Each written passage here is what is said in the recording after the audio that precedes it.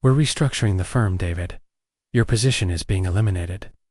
Senior partner Margaret Walsh delivered the news with the same cold efficiency she used in hostile takeovers. Nothing personal, just business evolution. My name is David Martinez, 48 years old. Senior litigation partner at Walsh, Sterling & Associates for 16 years. I'd built their corporate defense division from nothing. Won cases that saved clients hundreds of millions, and maintained a 89% success rate in federal court. But apparently, that wasn't cost-effective enough for the new management structure. I sat in the mahogany-paneled conference room, where I'd celebrated countless victories, watching Walsh flip through what looked like financial projections. She was 52, Harvard Law, with an MBA from Wharton. 6 months ago, the firm had been acquired by Pinnacle Legal Group, a national litigation factory that specialized in high-volume, low-cost legal services. The severance package is substantial, said Thomas Burton from Human Resources, sliding an envelope across the polished table. 4 months' salary, your partnership distribution, and full benefits through year-end. I took the envelope without opening it. Is there anything else you need? Walsh looked surprised. Maybe she'd expected me to threaten an employment lawsuit or demand explanations about my client relationships. Don't you want to discuss the transition? Your active cases will need to be reassigned. I shrugged. You've made your decision. Seems clear enough. What Walsh didn't understand was that I wasn't accepting this quietly out of professionalism. I was thinking strategically. There's a difference between surrender and preparation. We'd appreciate your cooperation with case transfers, Walsh continued. The new litigation team will need briefings on your pending matters. Perhaps a consulting arrangement for the transition period. I'll consider it, I said, knowing I had no intention of helping them understand cases I'd spent years developing. We shook hands with false courtesy. I packed my office systematically. 16 years of legal precedents, client correspondence, and case files fit into 4 bankers' boxes. I nodded to associates who couldn't meet my eyes, afraid their specialties might be next on Pinnacle's efficiency list. As I loaded my car in the parking garage, my phone buzzed. A text from Sarah Chen, the intellectual property attorney I'd mentored since she joined the firm. David, this is insane. Half the senior staff is panicking. What are we supposed to do with the complex cases? I didn't reply. At home, I sat in my study, overlooking the harbor, nursing a scotch, watching boats navigate the evening waters. My wife Alina joined me, settling into the chair beside my desk. What will you do now? She asked. Something will present itself, I replied. What Walsh didn't know, what Pinnacle's efficiency experts hadn't researched, was that I wasn't just another expensive partner taking up overhead. I was the architect of the firm's most sophisticated legal strategies. The attorney who handled cases other firms wouldn't touch, the litigator who turned impossible situations into winning arguments. I joined Walsh, Sterling & Associates straight from my federal clerkship with Judge Patricia Hammond. The firm was mid-sized then, handling mostly regional corporate work, with a reputation for solid, if unspectacular, results. My specialty became the cases nobody else wanted. Complex corporate disputes with multiple jurisdictions, regulatory investigations that could destroy companies, intellectual property battles involving cutting-edge technology. I developed strategies that went beyond standard legal practice, incorporating business analysis, technical expertise, and psychological insight into opposing counsel's weaknesses. My breakthrough case came in my 3rd year. A pharmaceutical company faced a class-action lawsuit that could have bankrupted them. 3 previous law firms had recommended settlement. I spent 8 months analyzing every aspect of the case, discovered a procedural flaw in the plaintiff's expert witness qualifications, and got the entire case dismissed. The client saved $200 million and became our largest account. Word spread. Other firms started referring their most challenging cases to me. I built a network of experts in various fields, forensic accountants, technical specialists, private investigators, who could provide the deep analysis that won difficult cases. Over the years, as the legal industry evolved toward larger firms and specialized practices, I adapted. I learned emerging areas of law, developed expertise in international regulations, and created legal strategies that integrated multiple disciplines. But I never lost sight of the fundamental principle that winning complex cases required understanding, not just the law, but the people, businesses, and circumstances behind every dispute. The younger attorneys started calling me the closer, not because I finished cases quickly, but because I closed cases that seemed unwinnable. When other partners hit dead ends, when clients were facing catastrophic losses, when appeals courts seemed hostile, they'd bring me in for consultation. 3 years ago, when Walsh, Sterling, was acquired by Pinnacle Legal Group, the changes began immediately.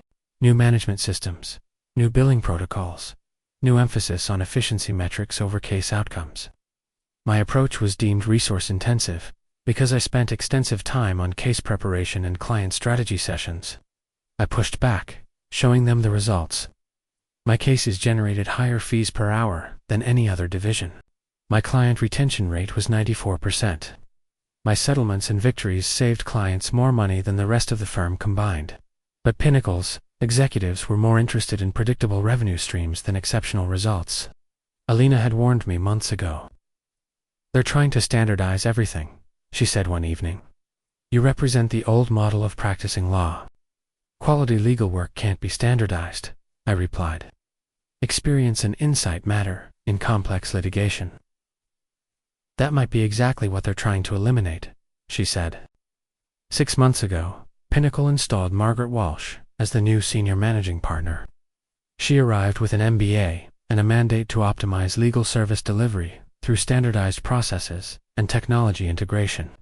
She immediately hired a team of junior associates and contract attorneys, equipped them with legal research software and case management systems, and began routing complex matters to them instead of senior partners. The message was clear: technology and volume could replace experience and insight. I watched established partners accept early retirement packages or lateral to other firms. Robert Sterling, the firm's founding partner, left after 40 years when Walsh suggested his client relationships could be systematized. Patricia Morrison, our top regulatory attorney, joined a boutique firm when her case preparation methods were deemed inefficient. The breaking point came 6 weeks ago when Walsh reorganized the litigation department. She created a new position, Director of Litigation Operations, and hired Michael Torres, a 34-year-old attorney with experience in legal process outsourcing. During the partners' meeting, Walsh explained the new structure. "Michael will oversee the implementation of our streamlined litigation platform. Complex cases will be processed through standardized workflows, with senior attorney review as needed." I raised my hand. "What about cases that require specialized expertise? Custom strategy development, client-specific approaches?" Walsh smiled with barely concealed condescension. "That's precisely the kind of inefficient thinking we need to modernize. David, current legal technology can analyze precedents and generate strategies faster than individual attorneys." "Technology can research precedents," I replied. "But litigation strategy requires understanding the unique intersection of law, business, and human psychology in each case." The room fell silent. Younger partners looked uncomfortable, caught between respecting my track record and aligning with the new management philosophy. After the meeting, Torres approached me. "David, I hope we can collaborate on this transition. Your experience could really help optimize our litigation algorithms." I studied his expression, looking for genuine interest or corporate manipulation. "Have these algorithms been tested on the kind of complex cases I typically handle?" He hesitated. "They've been validated using data from similar-sized firms." "That's not what I asked." Our conversation ended awkwardly, but I understood the situation. The new systems were designed for routine litigation, standard motions, and common legal disputes. They weren't built for the cases that required creative legal theory, deep factual investigation, and the kind of strategic thinking that developed over decades of practice. 2 weeks after my termination, I was reviewing job opportunities when my phone rang. Margaret Walsh's name appeared on the display. I let it go to voicemail. "David, it's Margaret. We have a situation with the Blackstone Industries case that's proving more complex than anticipated. The new team is having some challenges with the defense strategy. Could you give me a call?" It would just be a brief consultation. I deleted the message and returned to updating my resume. 4 more calls came that day, each message more urgent. By evening, Sarah Chen texted me. David, the Blackstone case is falling apart. The new attorneys don't understand your defense theory. Walsh is panicking because the client is threatening to fire the firm. I stared at the message, thinking about Blackstone Industries. They were facing a billion-dollar regulatory investigation that I'd been defending for 2 years. I developed a complex legal strategy based on jurisdictional challenges and constitutional issues that took months to research and structure. The new team would be starting from scratch, trying to understand legal theories they hadn't developed themselves. The next morning, Thomas Burton called. "David, I hope your transition is going smoothly. We'd like to discuss a temporary consulting arrangement to assist with some ongoing matters." "The compensation would be quite generous," I answered. "How generous?" $750 per hour, minimum 8-hour daily engagement. "I'll think about it and get back to you," I said, then hung up. I sat in my study, looking out at the harbor where morning commuters were boarding ferries. Alina brought me coffee and the newspaper. "What are you thinking?" she asked. "I'm thinking they're about to discover what 16 years of experience is actually worth." Over the next 4 days, the calls multiplied. Walsh, Burton, even James Sterling, from the board of directors who had approved the Pinnacle acquisition. The Blackstone case was deteriorating rapidly. Other complex matters were experiencing similar problems. Clients were questioning the firm's competence. I ignored every call. On day 5, an email arrived from Catherine Rodriguez, senior partner at Hartwell & Associates, the city's most prestigious boutique litigation firm. They handled fewer cases than the big firms, but specialized in the most challenging corporate disputes. "David, I learned about your situation at Walsh, Sterling. We've always respected your litigation skills. Would you be interested in discussing opportunities with us? We're expanding our complex litigation practice and need someone who can handle the most sophisticated corporate disputes." I replied immediately and arranged a meeting for that afternoon. That evening, as Alina and I were having dinner, our doorbell rang. Margaret Walsh stood on our front steps, her usually perfect appearance showing signs of stress. Her suit was wrinkled, her briefcase overstuffed with papers. "David, I apologize for the intrusion, but we have multiple emergency situations. Several major cases are at critical junctures, and the new team can't execute the strategies you developed." I leaned against the doorframe. "That sounds like a challenging situation." "It is. We need your expertise immediately. The partnership has authorized me to offer you exceptional consulting terms, $1,000 per hour, whatever time it requires." I thought about the banker's boxes in my garage, 16 years of legal knowledge reduced to personal files. I thought about nothing personal, just business evolution. I thought about the junior attorneys who would struggle without proper guidance. The clients who would suffer from algorithmic legal strategies. "I'm sorry to hear about your difficulties," I said calmly, "but I have other commitments now. I'm sure you'll find a solution." I closed the door on her shocked expression and returned to dinner.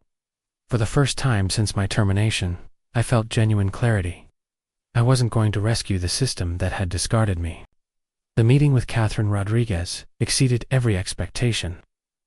We met at the Union Club, away from both firms and potential conflicts. "I've followed your career for years," Rodriguez said over lunch. "Your defense of Morrison Pharmaceuticals in that regulatory investigation was brilliant legal work. You turned certain disaster into complete vindication. Thank you. That case required 18 months of preparation, exactly the kind of thorough approach we value. We're not interested in quick settlements or volume processing." Rodriguez set down her coffee cup. "We want to create a new position, managing partner for complex litigation. You'd have complete autonomy over case selection, strategy development, and client relationships." It was intriguing. What would that involve? Full partnership track, equity participation, and a compensation package 40% higher than your Walsh, Sterling salary. Plus, you'd have unlimited resources for case preparation and expert witnesses. The offer was extraordinary, almost suspiciously good. "Why me?" I asked. "There are other experienced litigators available." Rodriguez laughed. "Because we tried the efficiency approach. Hired contract attorneys, implemented case management software, followed all the industry trends. Our win rate actually decreased, and our most important clients started questioning our capabilities. We realized that exceptional legal work can't be systematized. I accepted the position that same day. Meanwhile, Walsh Sterling's crisis was expanding beyond the Blackstone case. Sarah kept me informed through occasional messages. Multiple clients were expressing dissatisfaction with case handling. Several major accounts were considering moving their business to other firms. The cost savings from eliminating senior partners were being offset by client defections and case management failures. A week after I started at Hartwell & Associates, Walsh called again. Her voice had lost all traces of corporate authority. "David, please. This is becoming catastrophic. We've lost 2 major clients, and 3 more are threatening to leave. The Blackstone case alone could cost us 8 figures in malpractice exposure." I was in my new office, reviewing a fascinating antitrust case that would have been impossible at the old firm. "I'm sorry to hear that, Margaret. I'm committed to Hartwell now. We'll match whatever they're paying you, plus $1 million signing bonus, just to consult on our pending cases. It's not about compensation. Then what? Are you trying to destroy the firm? Some kind of professional revenge?" I paused, choosing my words carefully. "No, Margaret. I'm not trying to destroy anything, but you made a business decision. You decided that technology could replace legal experience. Now you're learning what that actually means. The partnership wants to discuss your return. Full equity restoration, senior managing partner position, complete autonomy over the litigation division." For a moment, I felt a flicker of vindication, but it passed quickly. Returning would accomplish nothing. The same executives who had determined I was expendable would be planning the next optimization phase. "I appreciate the offer, but I've made commitments elsewhere." Walsh's tone turned threatening.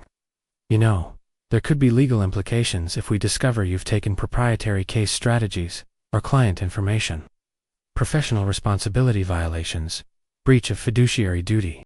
There it was, the accusation I'd been expecting. "Every legal strategy I developed belongs to Walsh Sterling as outlined in my partnership agreement. I've taken nothing except my experience and professional relationships. But feel free to have your counsel contact mine." I hung up, hands steady but mind racing with suppressed anger. The suggestion that I had somehow sabotaged them was the final insult. At Hartwell, I was building something exceptional. A litigation practice based on thorough preparation, creative legal theory, and the integration of cutting-edge technology with experienced judgment. I wasn't looking backward anymore, but I also wasn't going to salvage their failures. 6 weeks into my new position, I received an unexpected visitor. Sarah Chen appeared in my office, looking exhausted and carrying a briefcase full of documents. "Can we talk privately?" she asked. Over coffee at a quiet cafe near the courthouse, Sarah revealed the full extent of Walsh Sterling's problems. "It's worse than you know," she said, keeping her voice low. "They've mishandled 4 major cases in the past month. The Pinnacle executives are furious about the client defections." I wasn't surprised. The cases she described followed predictable patterns. Complex matters that required experience to navigate. Legal theories that couldn't be generated by software. Client relationships that demanded personal attention. "There's something else you need to know," Sarah continued. She opened her briefcase and showed me internal Pinnacle documents. Walsh had been planning to eliminate all senior partners for over a year. She convinced the board that junior attorneys in technology could handle any case for a fraction of the cost. I read through the emails and financial projections, feeling familiar detachment. One memo from Walsh stood out. "Martinez's litigation methods are expensive and time-intensive. He's created client dependency on his personal involvement, rather than developing transferable processes. The worst part," Sarah said, "is that Pinnacle is already planning to sell Walsh Sterling. They've been preparing it for acquisition by an even larger legal corporation. Walsh was brought in specifically to cut costs and inflate profitability before the sale." Everything made sense now. The push for standardization, the resistance to individual case strategies, the sudden focus on billing efficiency over case outcomes. It wasn't about improving legal services, it was about maximizing profit margins for a corporate transaction. "Why are you telling me this?" I asked. Sarah closed her briefcase. "Because I'm leaving next week." So are 3 other senior associates. We're starting our own firm, and we wanted to know if you'd consider joining us as senior partner. The offer was tempting, but I'd already committed to Hartwell. However, the information about Pinnacle's plans gave me an idea. That afternoon, I discussed Sarah's revelations with Catherine Rodriguez. She listened intently as I explained Pinnacle's acquisition strategy and the internal problems at Walsh, Sterling. "This presents an interesting opportunity," Catherine said. "What if Hartwell made an offer for Walsh Sterling's client portfolio? Not the firm itself, but their major accounts and pending cases." It was a brilliant strategy. Instead of waiting for Walsh Sterling to collapse, we could proactively acquire their most valuable assets, their client relationships, and ongoing matters. "How would that work, legally?" I asked. "Client choice. We approach their major accounts, explain the situation, and offer superior legal services. Most corporate clients care more about results than firm loyalty." Over the next 2 weeks, we developed a comprehensive plan. I would contact former clients and colleagues, explaining Hartwell's capabilities and offering seamless transitions for ongoing matters. Catherine would handle the business development aspects, structuring arrangements that protected client interests while expanding our practice. Our first success came quickly. Blackstone Industries agreed to transfer their regulatory defense to Hartwell, specifically requesting that I continue as lead counsel. Within days, 3 other major corporations followed suit. The client defections from Walsh Sterling accelerated rapidly. Once word spread that I was personally handling cases at Hartwell, former clients began requesting meetings to discuss their ongoing legal needs. 2 months after joining Hartwell, I was managing a litigation portfolio worth over $50 million in annual fees. More importantly, I was practicing law the way it should be practiced, with sufficient time for preparation, unlimited resources for investigation, and complete focus on achieving the best possible outcomes for clients. Meanwhile, Walsh Sterling's situation was deteriorating beyond recovery. Sarah sent me occasional updates before she left the firm. They'd lost 60% of their major corporate clients. Several pending cases had resulted in adverse judgments due to inadequate preparation. The Pinnacle executives were conducting emergency reviews of the entire operation. One morning, Catherine called me into her office. "I just received an interesting call from James Sterling. He wants to discuss a potential merger between Hartwell and what remains of Walsh Sterling." Sterling was the founding partner's son, who had stayed on as chairman after the Pinnacle acquisition. "What kind of merger?" "Essentially, we'd acquire their remaining client relationships and office space, while they'd join Hartwell as junior partners. You'd become senior managing partner of the combined firm." It was an intriguing proposition. Instead of simply competing with my former firm, I could integrate the valuable elements while discarding the failed management philosophy. "What about the Pinnacle ownership structure?" "Sterling has an option to buy out Pinnacle's interest if certain performance metrics aren't met, which they obviously haven't been." The irony was perfect. The cost-cutting measures that had eliminated me were now creating the opportunity for me to acquire the entire firm at a discounted price. The merger discussions took place over several weeks in neutral conference rooms downtown. James Sterling looked older than I remembered, worn down by months of corporate pressure and client defections.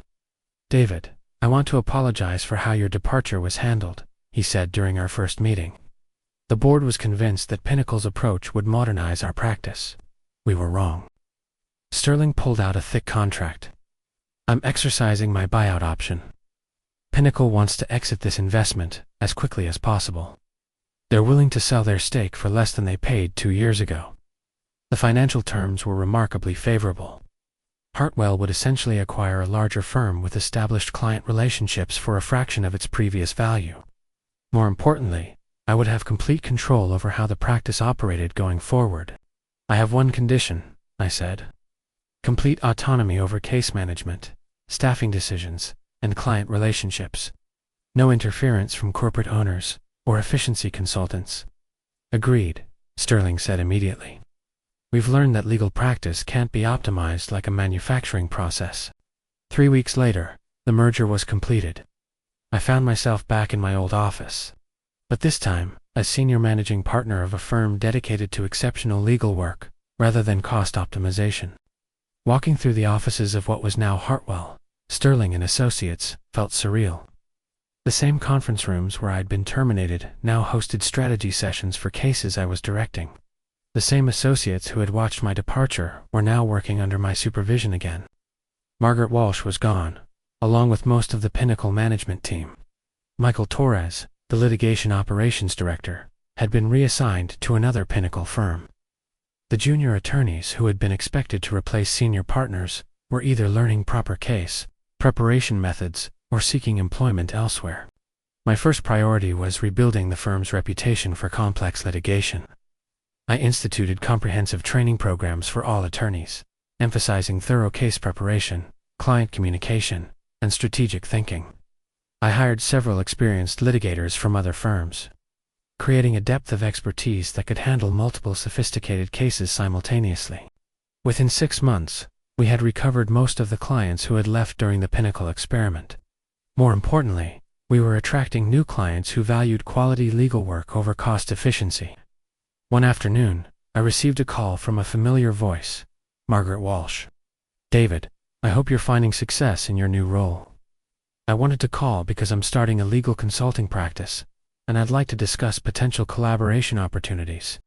The request was almost amusing. "What kind of collaboration, Margaret?" "I've learned a great deal about the limitations of automated legal services.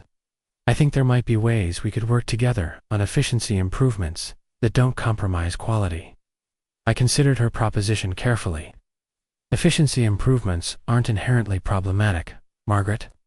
The issue was trying to replace professional judgment with algorithms. I understand that now. Would you be willing to discuss it over lunch?" We met the following week at the same restaurant where Catherine Rodriguez had first recruited me. Walsh looked different, less corporate, more genuinely interested in understanding, rather than implementing predetermined solutions. "I made mistakes," she admitted. "I applied business school theories to a profession that requires individual expertise and relationship management. The results speak for themselves. Legal practice is fundamentally about solving unique problems for specific clients," I replied. "Technology can assist with research and documentation, but it can't replace strategic thinking or professional experience." That's exactly what I wanted to discuss. What if there were ways to integrate technology that enhanced rather than replaced attorney judgment? Over the following months, Walsh and I developed a consulting relationship that helped other firms avoid the mistakes that had nearly destroyed Walsh Sterling. We created training programs that taught attorneys how to use legal technology effectively, while maintaining focus on client service and case strategy. The approach was successful enough that we formalized it as the Center for Legal Practice Innovation, a consulting division of Hartwell, Sterling and Associates. Instead of promoting technology as a replacement for attorneys, we helped firms integrate tools that made experienced lawyers more effective.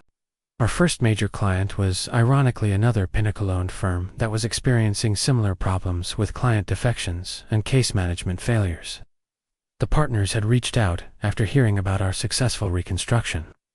The interesting thing, I told Alina one evening, is that the solution wasn't choosing between technology and experience. It was learning how to combine them effectively. "You sound like you've found your calling," she said. "I think I have. Not just practicing law, but helping other attorneys practice it better." The center became a significant part of our business, generating consulting revenue while establishing Hartwell Sterling as a thought leader in legal practice management. More importantly, it allowed me to influence how the legal profession adapted to technological change without abandoning the principles that made complex litigation successful. 2 years after my termination from Walsh, Sterling and Associates, I stood before the annual meeting of the American Bar Association's litigation section, delivering the keynote address on integrating technology with legal expertise. The audience included hundreds of attorneys, law firm managers, and legal technology vendors, many of whom were grappling with the same questions that had led to my original dismissal. "The future of legal practice," I began, "isn't about choosing between human expertise and technological efficiency. It's about understanding how they can enhance each other to deliver better results for clients." I described the Walsh-Sterling experience as a case study and how not to implement change. I explained how our reconstruction had created a more effective firm by combining technology with experienced professional judgment. Experience matters in legal practice, I continued. Not because it makes us resistant to innovation, but because it gives us the wisdom to distinguish between useful tools and false solutions. After my presentation, a young attorney approached me. Mr. Martinez, I'm starting my career at a firm that's implementing a lot of new technology. How do I prepare for a legal landscape that's constantly changing? I smiled, remembering my own early uncertainty about professional development. Master both the traditional fundamentals and the new tools. Learn to research efficiently, but don't let algorithms replace critical thinking. Remember that every case is unique and requires both technical knowledge and strategic insight. Later that evening, I sat in my hotel room, reviewing the day's events and thinking about the journey that had brought me here. I hadn't sought revenge against those who had undervalued my experience. Instead, I'd focused on demonstrating that quality legal work required both innovation and expertise. My phone buzzed with a text from Catherine Rodriguez. Saw your presentation online. The center just received 3 new consulting requests. Come home and let's get to work. As I prepared for the flight back, I felt deep satisfaction. Not because I'd proven anyone wrong, but because I'd proven that good legal practice, like good business strategy, requires both cutting-edge tools and timeless principles. Hartwell, Sterling & Associates now employs over 60 attorneys and handles some of the most complex corporate litigation in the country. The Center for Legal Practice Innovation consults with firms nationwide, helping them implement technology effectively while maintaining focus on client service. Sometimes the best response to being undervalued is simply to demonstrate your worth elsewhere and let the results speak for themselves. In law, as in any profession, quality work performed with integrity eventually finds recognition and success.